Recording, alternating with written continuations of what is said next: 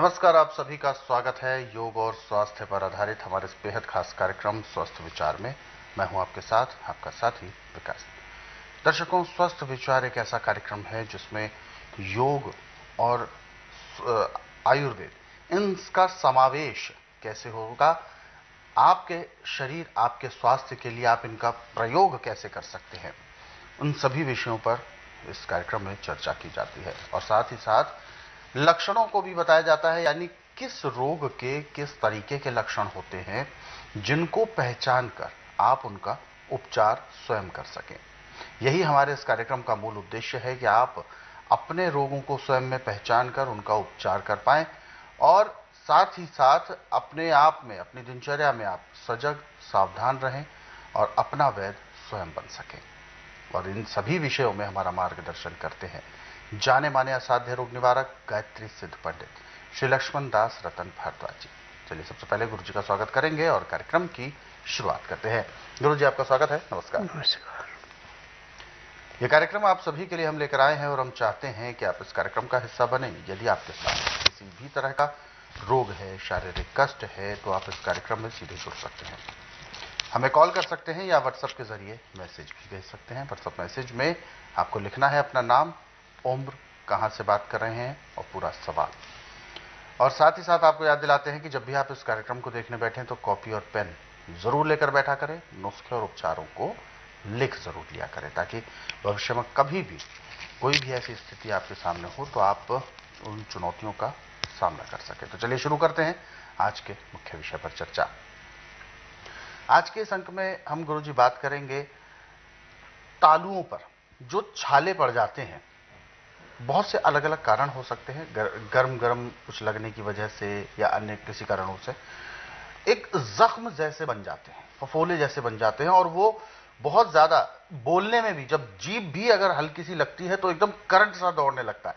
सबसे पहले तो मैं जानना चाहूंगा कि इनके कारण क्या क्या होते हैं। देखिए, तालुओं में फफोले या जख्म होने का मुख्य कारण है आपका गलत खान पान। अच्छा, गलत खान पान। आपने बहुत गर्म चीज मुंह में डाली और जीभ से बर्दाश्त नहीं हुआ, ऊपर को उठेगा, तालू से लगेगा, तालू जल जाएगा। अच्छा।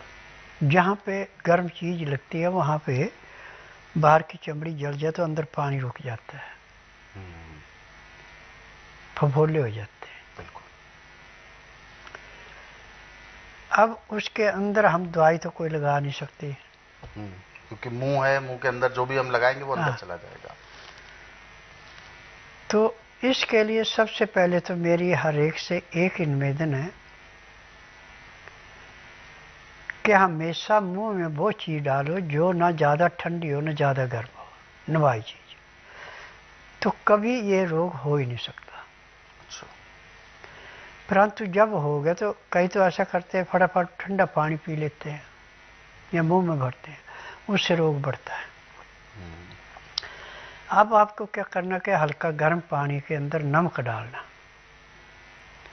और उस पानी को घोलना, 1 गिलास होना चाहिए। अब उसको मुंह में डाल के आस्ता आस्ता कूड़ा करना है।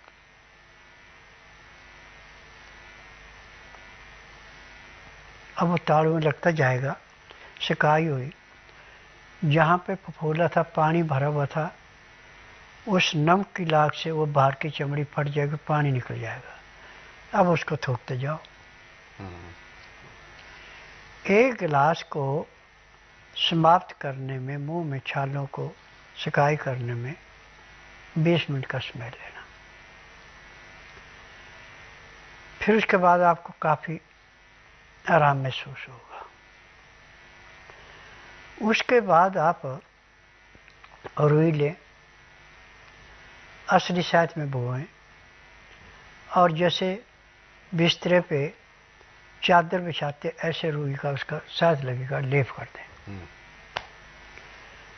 अब अंदर से जो भी इन्फेक्शन है शहद उसको ऐसे भरेगा जैसे गहरी जगह से मिट्टी निकाली है और तेज बारिश आने पे दाएं बाएं से मिट्टी बह करके उस गड्ढे में चली गई, गड्ढा भर गया, वहाँ पानी नहीं रुका। ऐसे छाले खत्म हो जाएंगे। अब ये क्रिया छाले भले ठीक हो गए 3 दिन तक करनी है ताकि वो जख्म पक्का हो जाए। पहले नमक के गरारे कर लिए, उसके 10 मिनट बाद शहद लगा दिया, 15-20 मिनट बाद वो रुई निकाल के फेंक दी, आपको आराम मिलेगा। अब इसमें 2 चीज़ों पर ध्यान देना कि मैदे की चीज़, तली हुई चीज़, ठंडी चीज़, ज़्यादा गर्म चीज़ आपने बिल्कुल नहीं लेनी। दाल सब्जी जो भी आपने खानी है वो ऐसी होनी चाहिए कि ना मुंह में ठंड महसूस हो, ना ज़्यादा गर्मी महसूस हो, उसको खाएं। आटा जो भी आपने खाना वो चोकर वाला खाना। दालें बनाई हैं तो छिलके वाली बनाएं, सब्जी बनाई है तो छिलके वाली बनाएं, बल्कि हरी पत्तेदार सब्जियां सबसे उत्तम है। अब इस क्रिया को यदि आप करते हैं तो आपको ज़िंदगी में कभी किसी डॉक्टर हकीम की ज़रूरत नहीं पड़ेगी। डॉक्टर के पास जाते हैं तो आपको कई किस्म की सलाहें देंगे और जो उनके पास दवाइयाँ लगाएंगे तो उससे आपको छालों के भरने में कम से कम 15 से 20 दिन का समय लगेगा। परंतु छाले तो इसमें नमक के पानी गरारे करने से और शहद रुई में लगाने से 24 घंटे में छाले तो खत्म हो जाने, 1 हफ्ते में वो जो जख्म थे अंदर वो भी समाप्त हो जाने। तो ये इसका लाभ हो जाता है। बिल्कुल। तो गुरुजी ऐसा मैं जानना चाहूँगा कि छाले चूंकि जब हो जाते हैं तो ऐसे में दर्द भी बहुत होता है, तो इसका असर कितने समय में होता है और कब तक ये ठीक हो पाते हैं फिर? देखो, नमक का गरारे कर रहे हैं और शहद लगा रहे हैं तो आपको 8-10 घंटे में पूरा आराम मिल जाता है, परंतु जख्म भरने में हफ्ता लग जाता है। अच्छा। तो क्योंकि अक्सर ये देखा गया है, मैं एक जनरल बात कर रहा हूं कि बहुत सारे ऐसे जिनको देसी नुस्खे नहीं पता होते, वह जख्म अगर 10-15 दिन से ज्यादा चल जाता है तो वो ऐसा इन्फेक्शन उत्पन्न करता है कि फिर वो मुंह का जख्म ठीक होना संभव नहीं होता। देखिए, फिर कैंसर पैदा हो जाता है। हाँ बिल्कुल, मैं उसी बात को कह रहा हूँ। यदि किसी औरत को मासिक धर्म आ रहा है या किसी औरत के पेट में बच्चा है, उसकी परछाई ऐसे आदमी के ऊपर पड़ जाए तो उसको फट कैंसर पैदा हो जाता है। अच्छा। कहीं भी जख्म है, मासिक धर्म आई हुई औरत की परछाई और जिसके पेट में बच्चा उसकी परछाई पड़ते ही उसमें कैंसर पैदा हो जाता है। और कैंसर का इलाज पूरे संसार में मेडिकल में, आयुर्वेद में, यूनानी में, होम्योपैथी में बिल्कुल नहीं है। पैसा बर्बाद करना है। और मेरे पास यदि 90% भी कैंसर वाला मरीज आता है तो 10% आराम तो उसको उसी दिन परमानेंट मिल जाता है और महीने 1.5 महीने में कैंसर समाप्त हो जाता है, आदमी बिल्कुल स्वस्थ हो जाता है। क्योंकि मैं नाड़ी वैद्य हूँ, मैं जड़ी बूटियों से इलाज करता हूँ और मुझे 10,000 जड़ी बूटियों की पहचान है जिनसे दवाइयाँ बनाता हूँ। मेरी अपनी फार्मेसी दवाइयाँ बनानी, मैं किसी को बड़ी बनाई दवाइयाँ नहीं बेचता और ये दवाइयाँ रजिस्टर्ड है, पेटेंट है, इनका साइड इफेक्ट कोई नहीं है। कैंसर की दवाई, किडनी की दवाई, पांडु रोग की दवाई पेटेंट है, बाकी दवाइयाँ रजिस्टर्ड है। तो दर्शकों, ये जो चीज़ें हैं, ये जो गुरुजी ने बातें बताई हैं, ये हम सभी को याद रखनी है, क्योंकि इन चीज़ों को याद रखना इसलिए भी ज़रूरी है कि कब ऐसी समस्या आए तो फिर कहीं बाहर दुकान पर या जो मेडिकल शॉप्स होती हैं उन पर जाने की बजाय हम घर में ही उपचार कर सकें। और इस तरीके की सामान्य चीज़ें जैसे कि शहद बताया, नमक गुरुजी ने बताया, ये सब हमारे रसोई घर में आसानी से उपलब्ध भी होता है। तो इन चीज़ों के लिए आपको कहीं बाहर नहीं जाना है, घर में ही एक तरह से आपकी छोटी सी डिस्पेंसरी है, उससे आप अपना उपचार करके अपने आप को और अपने परिवार को स्वस्थ और तंदुरुस्त रख सकते हैं। ऐसे और भी बहुत सारे नुस्खे हैं और भी बहुत से उपचार हैं। यदि आप उनको पढ़ना चाहें तो स्वस्थ विचार पुस्तकों के जरिए भी पढ़ सकते हैं। ये पुस्तकें आप घर बैठे कोरियर या डाक के माध्यम से मंगवा सकते हैं। इस बात का बस ध्यान रखें कि ये पुस्तकें अगर आपके घर पर हैं और आप इनका अध्ययन करते हैं तो ये समझें कि एक वैध 24 घंटे इन पुस्तकों के रूप में आपके साथ आपके घर में उपलब्ध है। बस आपको इनको रोजाना पढ़ना जरूर है और खास तौर पर ये पुस्तकें हर गृहिणी के पास होनी बहुत आवश्यक है। तो इसीलिए ये पुस्तकें अगर आपको मंगवानी है तो आपको संस्थान के नंबरों पर कॉल करना है। नंबर आपकी टीवी स्क्रीन पर है। इन नंबर्स को अपने मोबाइल में आप सेव जरूर कर लें। और यदि आप इस कार्यक्रम से अभी जुड़ना चाहते हैं, किसी भी तरह का कोई सवाल आपके जहन में है आपके शारीरिक कष्टों को लेकर, तो आप हमें कॉल करें या व्हाट्सएप के जरिए मैसेज भेज सकते हैं। व्हाट्सएप मैसेज में आपको लिखना है अपना नाम, उम्र, कहां से बात कर रहे हैं वो स्थान और पूरा सवाल।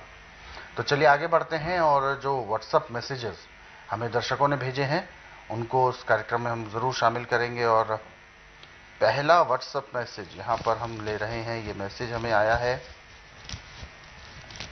हेमराज जी का, दिल्ली से बात कर रहे हैं और इनका सवाल है, बच्चे की समस्या है, बुखार चढ़ता है, उतरता है, चढ़ता है, ऐसा ही काफी समय से हो रहा है, 2 महीने से हो रहा है। डॉक्टर्स को भी दिखाया, हालांकि शुरू में वो कुछ इन्फेक्शंस बताए गए थे, वो भी हो गया, फिर किसी डॉक्टर ने टाइफाइड का बताया, उसका भी इलाज हो गया, लेकिन अभी भी ये समस्या बहुत ज्यादा ठीक नहीं है। देखिए, हम डॉक्टरों को दोष नहीं दे सकते। ये दोष उन फार्मेसियों का है जिन्होंने सिर्फ बिजनेस के लिए दवाई बनाई, किसी रोग काटने की नहीं बनाई। परंतु मेरा एकमात्र आश्रम ऐसा है कि ना तो इसमें रोगी को मुंह से बोलना पड़ता है कि मुझे तकलीफ है, और न कोई टेस्ट रिपोर्ट लानी पड़ती है। यहाँ का नियम है कि जिस दिन आपने आना उस दिन रात्रि 10 बजे तक खिला पिला के दातन को करा के सुला दें। सुबह जब तक मैं नाड़ी परीक्षण करूं, एक बूंद भी पानी पीने को या कुछ खाने को नहीं देना। रोएगा चिल्लाएगा बर्दाश्त कर लेना। 9 से 10 के अंदर इसका नामकरण कराना। 10 से 12 में नाड़ी परीक्षण करूंगा। नाड़ी परीक्षण में पैर के तलवे से सिर के बाल तक की MRI, CT scan, xray, ultrasound, ECG, sonography सब कुछ 5 सेकंड में हो जाए। फिर इसके बाद दवाइयाँ खाने की हैं, पीने की हैं, मालिश करने के तेल है, आँख में, नाक में, कान में डालने की दवाइयाँ। अब इन दवाइयों से किसी भी किस्म का रोग जड़ से समाप्त होता है, और बुखार चाहे कितना पुराने से पुराना है उसी दिन से कम होना शुरू हो जाएगा, और 3 दिन में बुखार का नामो निशान नहीं रहेगा। और जब तक आप मेरे पास इसको नहीं लाते हैं तो जो ट्रांसफ़र पेपर होता है नीले रंग का, जो कि सगन की पटारियों पे लगाते हैं, ये नीले रंग का लें और उसकी 4-6 तय करके तो मत्थे पे जैसे पानी की पट्टी रखते ऐसे रखें, और जो वहाँ पे बल्ब है या ट्यूब है उसमें भी वो नीला कागज लगा के इस कमरे की लाइट नीली कर दें तो इसको बुखार में थोड़ा आराम मिल जाएगा। तो बिल्कुल ये जो समस्या है आपकी टेम्पररी रिलीफ मिलेगा, और इस टेम्पररी रिलीफ से आप बच्चे को जब वो थोड़ा सा ठीक रहे तो फिर आप स्वास्थ्य विचार आश्रम लेकर आ सकते हैं। क्योंकि रोग जो शरीर में है, जो रह रह के उफान मार रहा है या पनप रहा है, उसको जड़ से ठीक करना बहुत जरूरी है।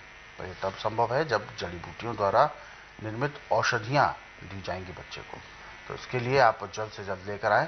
बाकी आप नियम परहेजों के बारे में अगर कोई भी विशेष जानकारी लेना चाहते हैं तो आप संस्थान के दिए गए नंबरों पर कॉल कर सकते हैं। कॉल करने का समय है सुबह 10 बजे से शाम 5 बजे के बीच। और दर्शकों, आप भी इस कार्यक्रम से यदि जुड़ना चाहते हैं तो आप हमें कॉल करें या व्हाट्सएप के जरिए मैसेज भेज सकते हैं। आगे बढ़ते हैं अगले सवाल पर, और अगला सवाल जो हमें भेजा है, ये मैसेज हमें आया है